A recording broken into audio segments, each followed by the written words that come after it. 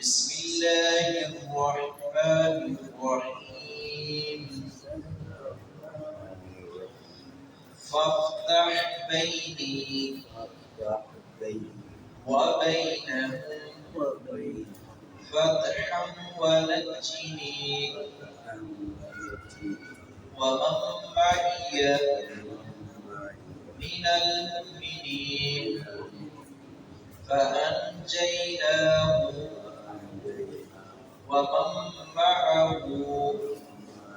في الفلك المشحون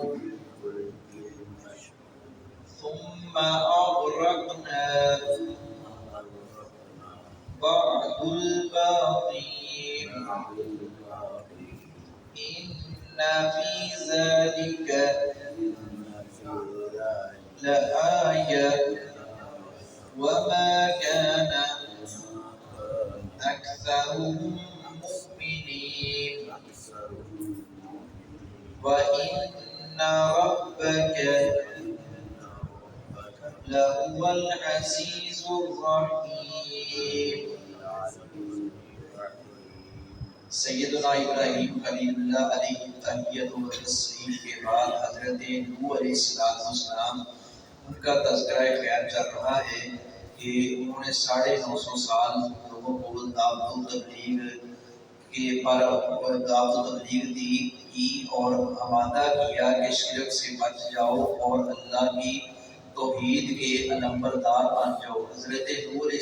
السلام کی قوم جو ہے ان کے مخالف ہو گئی اور طرح طرح کی اذیتیں دی،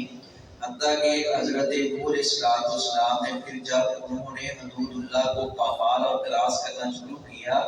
تو ان کے لیے بد دعا بھی کی. انبیاء کرام ہمیشہ خیر کی اور بھلائی کی دعا کرتے ہیں امت کے لیے، قوم کے لیے،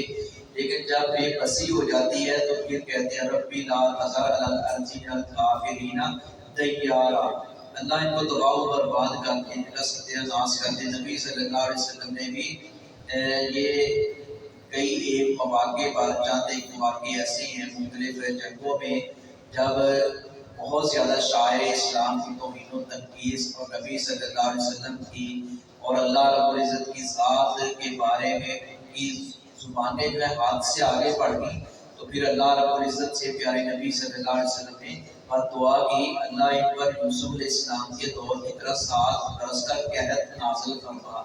اللہ یہود کو تباہ کر دے، عیسائیوں کو برباد کر دے، ان کو ذلیل و خوار کر دے. تو نبی اکرم صلی اللہ علیہ وسلم جیسے قنوت نازلہ بھی یہی چیز ہے کہ دشمن کے لیے بد دعا جب وہ مسلمانوں کا گھیرا تنگ کر دیں اور اسلام کے خلاف حرزہ سرائی کریں. حضرت نوح علیہ السلام فرمانے لگے، پھر جب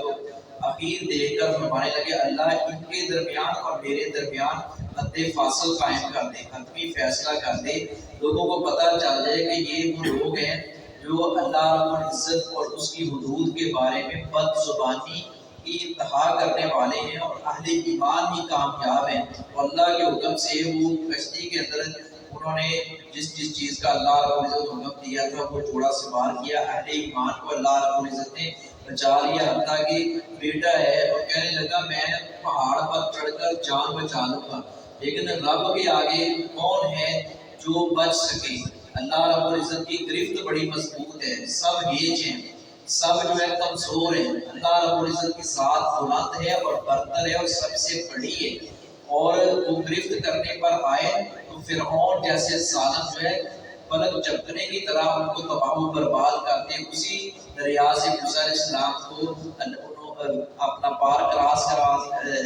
کروا دیا اور اسی میں فرعون کو اور اس کی ہماریوں کو اللہ رب العزت نے ڈبو دیا، غرق کر دیا اور قیامت تک آنے والوں لوگوں کے لیے نشانی اور عبرت کے طور پر اس کو رکھ دیا. اور یہاں بھی اللہ رب العزت نے فرمایا کہ یہاں یہ جو تباہ و برباد ہونے والے سمیت نوح علیہ السلام کے بیٹے کے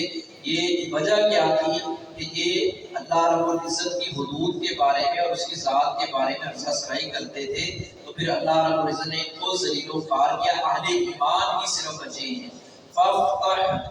لہٰذا تم فیصلہ کر بینی، میرے درمیان، و بینہم، اور ان کے درمیان. یہ نوح علیہ السلام کہہ رہے ہیں اللہ میرے درمیان اور ان کے درمیان، ان ظالموں کے درمیان جو ہے وہ فیصلہ کر دے. فتح قطعی فیصلہ، بہترین فیصلہ، ونجینی اور تو مجھے نجات دے، ومن معی اور ان لوگوں کو بھی نجات دے جو میرے ساتھ ہیں، من المؤمنین یعنی ایمان والے، جو ایمان والے میرے ساتھ ہیں ان کو بھی اور مجھ کو بھی نجات دے دے ان ظالموں سے، فَأَنجَيْنَاهُ چنانچہ ہم نے اسے نجات دی، ومن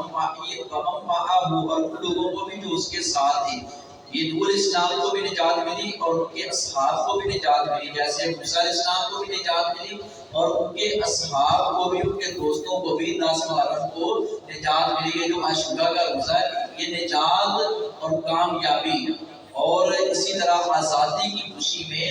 عبادت انبیاء کرام کا، صحابہ کرام کا، اہل بیت کا یہ طرز عمل تھا۔ عبادت میں خوشی میں کوئی نہ کوئی روزہ رکھ لیتے تھے، خوشی میں کوئی نفل پڑھتے تھے۔ تو یہاں بھی حضرت نوح علیہ السلام کا طرز عمل یہی آپ کو ملے گا کہ وہ اللہ رب العزت کے ساتھ کلام ہے، پہلے بھی اور بعد میں بھی، اور یہ اللہ رب العزت سے ہی توفیق اور مدد مانگ رہے ہیں کہ اللہ مجھے بھی نجات دے اور جو میرے ساتھ ہیں ان کو بھی نجات دے۔ فِي الْفُلْكِ الْمَشْحُونِ اس کشتی میں جو بھری ہوئی تھی، ثُمَّ أَغْرَقْنَا پھر ہم نے غرق کر دیا بَعْدُ الْبَاقِينَ اس کے بعد باقی ماندہ لوگ جو ہیں، جو بے ایمان ہیں اور جو